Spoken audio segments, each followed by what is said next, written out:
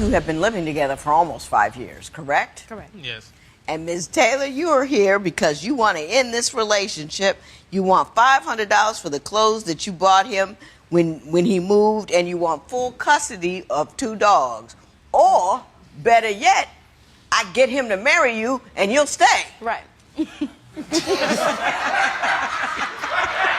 Did you know that's why you were here? Yes, ma'am. Ms. Taylor, tell me a little bit about your union, how you got together, what you've been doing, and how you've come to bring him here for an ultimatum. Okay. Well, first of all, Your Honor, throughout our 5-year relationship, we have been separated up to 5-6 times. First, I found out that he had a threesome with some other women, and I did not find out from him. I found out from social media, doing some digging and... Were you living together at the time? Yes, we were. And he had a threesome? Yes. With 2 other women? Yes. Now, Mr. Page?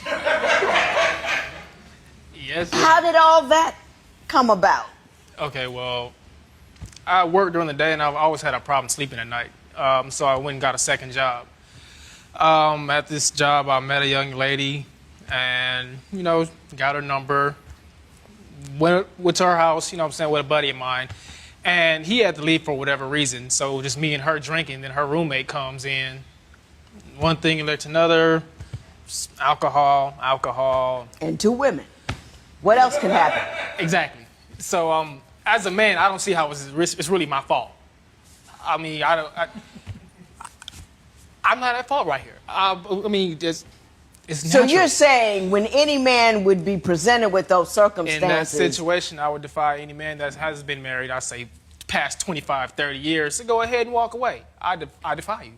Well, what were you getting that woman's number and going to her house drinking in the first place? Confidant, Your Honor. Huh? I like to talk to people. You like to who? I like to talk, and that's one of her problems. I talk to people. She doesn't talk? Well, she doesn't like me talking to people. That's the problem. Your Honor, That's because you go to sleep with them. He will go out of his way to look at another woman. I mean, for example, we were at the DMV one time, and there was a kind of shapely lady in front of us, and she had to put her baby down for whatever reason, and she had on a really short skirt. Mm-hmm. So, you know, I'm just, you know, doing my own thing on my phone or whatever. He's on his phone.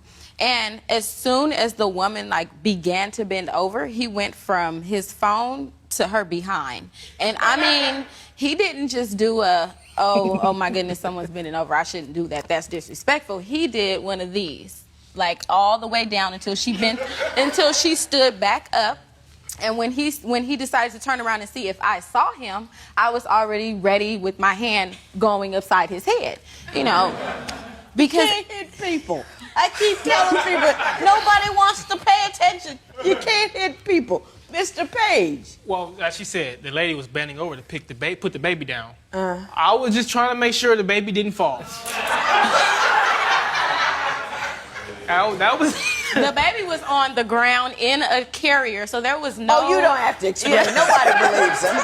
Nobody believes him at all. Ms. Taylor, you said you did something significant for him, and I want to go back and discuss that. You say that you quit your job as a stripper because he wanted you to. Yes. You know, I gave up a lot of my friends. I gave up a lot of my family members, and I gave up my career.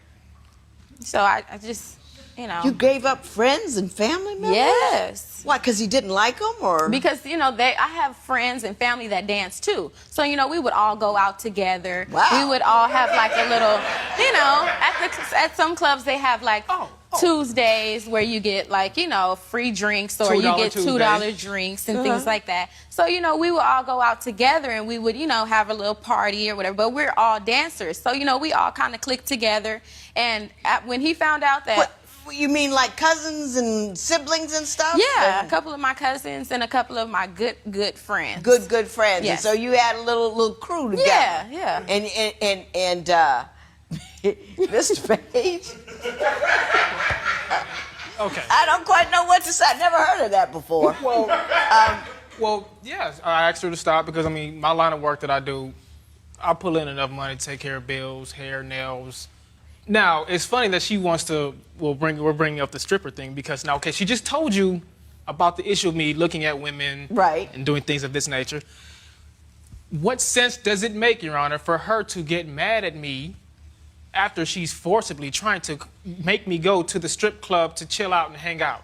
You don't want me looking at women on the street, but yet you'll drag me to a strip club to have Because drinks. we go together. We were going together. We to were have together fun. at the DMV or wherever we were when she bent over. She was not for entertainment. She was not for entertainment. You say, Mr. Page, that you are constantly being threatened with bodily harm from Yes. Ms. Taylor. Yes. Please yes. tell me what she threatens to do and under what circumstances. Oh, prime example. We were, matter of fact, at another office doing some paperwork. And I just so happened to look at another female. And soon as I look at her to see if she's watching, I mean, she's already stabbing me with the pen. I'm like, I didn't have anything else to. It was You used what was available. right. We were in a professional environment, so I wanted to keep it quiet. And if I would have punched him, you know, people probably would have seen. So I just kind of stuck him as good as I could she's with the gotten pen. really good at the sneak attacks. Your Now, Honor. Ms. Taylor, I understand that you're frustrated. I understand that you're a woman and he's a dude. But at no time do you get to physically assault anyone, especially a guy you like and especially one you want to have marry you. You know, stabbing him and popping him and all that kind of stuff. Not only will it not keep you in his house, it will eventually put you in the big house. So I would suggest that you behave a little better. You know, it never helps. You know, the popping, it never helps. You with me? Right, I No understand. popping, no stabbing, no nothing. Okay. You got that? All right, Your Honor. All right, all right. When did things start to turn sour? It must have been good at the beginning for a while. It started with the threesome, Your Honor, and then he decided to leave. He wanted to go and stay with some family, and throughout that time, you know, he decided to talk to these little hoochie mamas on social networks and dating sites and signing himself up as single when, you know, he decided to go out there so we could take a small break. We weren't completely separated, but we were taking time away from each other so that we can try and, you know, gather ourselves. And come back calm, cool, Right, and right. collected. So when I found out that he was, you know, talking to all these other women, I went ahead and accessed his little emails and his websites and things like that. And I found out that he was telling women that he was going to leave Atlanta and move with them to New Orleans. But he's also telling me, oh, baby, I miss you. I want to come back home. I'm coming, I promise. But when I found out, he tells me, oh, I was just using her for money so I can get home. You know. Mr. Page, which one of those stories is true? Me and her were on our hiatus or whatever, so I was on the fence of which way to go, and, you know, I mean, That's not how he made it seem. well, I mean, I did tell her I was just using her for money to get back out here, but I was working when I was out there, so I mean. So you just were trying to cover up your tracks with that. Exactly. Let me ask you something, Mr. Page, and don't get me wrong, because everybody has the right to want what they want and do what they want to do. Do you really want to be in a committed relationship? Because it doesn't look, your actions seem to indicate that you're not ready for that, or you may never be ready. It's just simply not who you are. No, I'm definitely happy to be in a committed relationship with her. I mean, besides that one indiscretion, there's been no other problem. You know what I mean? There's just other reasons for the hesitation from the proposal.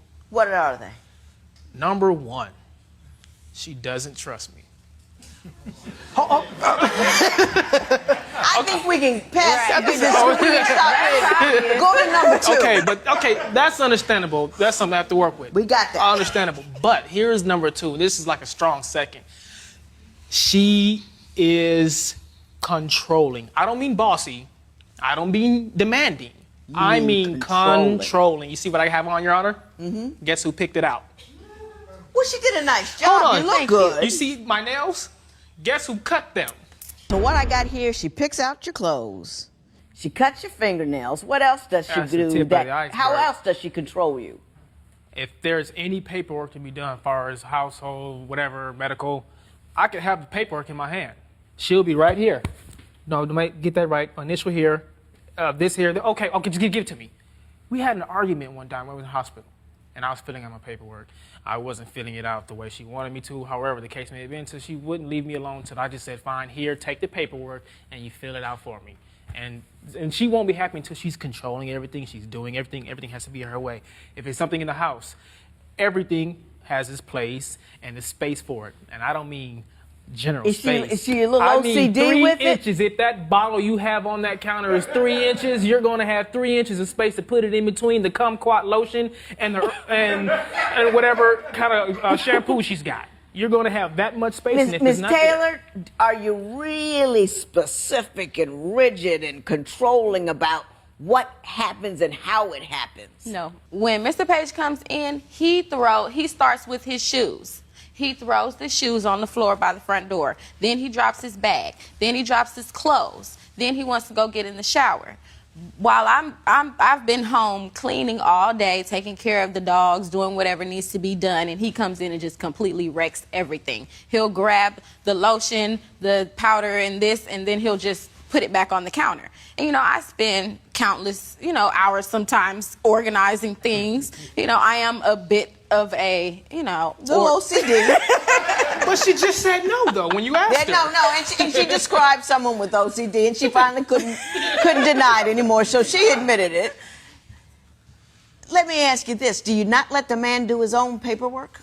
Well, sometimes it's just the fact that he'll sit there and, we'll have done this paperwork a million times, and he'll sit there and he'll just, okay, I need to put my name and this and that. And it's like, come on, there's 15 It's really other not that people. difficult. Right, let's just do this. And he just acts like I am just a teacher, I just want to. No, I'm trying to get it done so we can get done and get out of here and get the business done. He'd rather sit and lag and make noises and tap the pen and make noises on his face other than, let's handle the business and let's get out of here.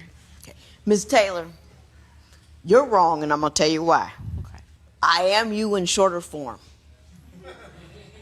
I have spent my life telling my husband to hurry up, give it to me, I'll finish it. It takes you too long. I finish his sentences because he can't get to the period quick enough for me. Exactly, yes. No, I'll handle it. I'll do it. I'll take care of it. And you know what you do when you do that to a guy? You dismantle him. He feels like, oh, God, here she is again. And just, and it's a constant commentary. You're not good enough. You're not fast enough. You're not smart enough. You're not doing it well enough. You're not da-da-da-da-da-da-da-da-da-da-da-da. And just because I happen to live my life in fifth gear doesn't mean it's not okay to live it in third gear. And I don't have any right to take care of his piece of the road and go drive down it in fifth gear. You got to learn to back up off that because it's not cool.